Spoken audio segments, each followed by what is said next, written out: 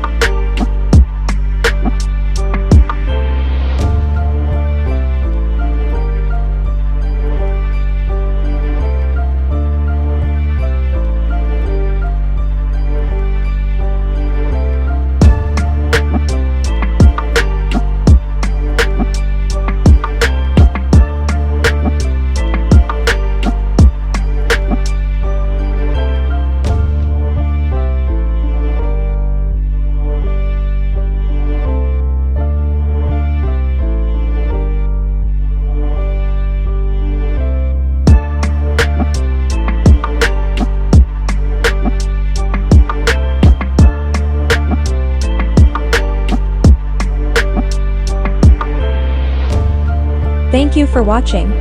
Don't forget to like and subscribe my YouTube channel for more content videos.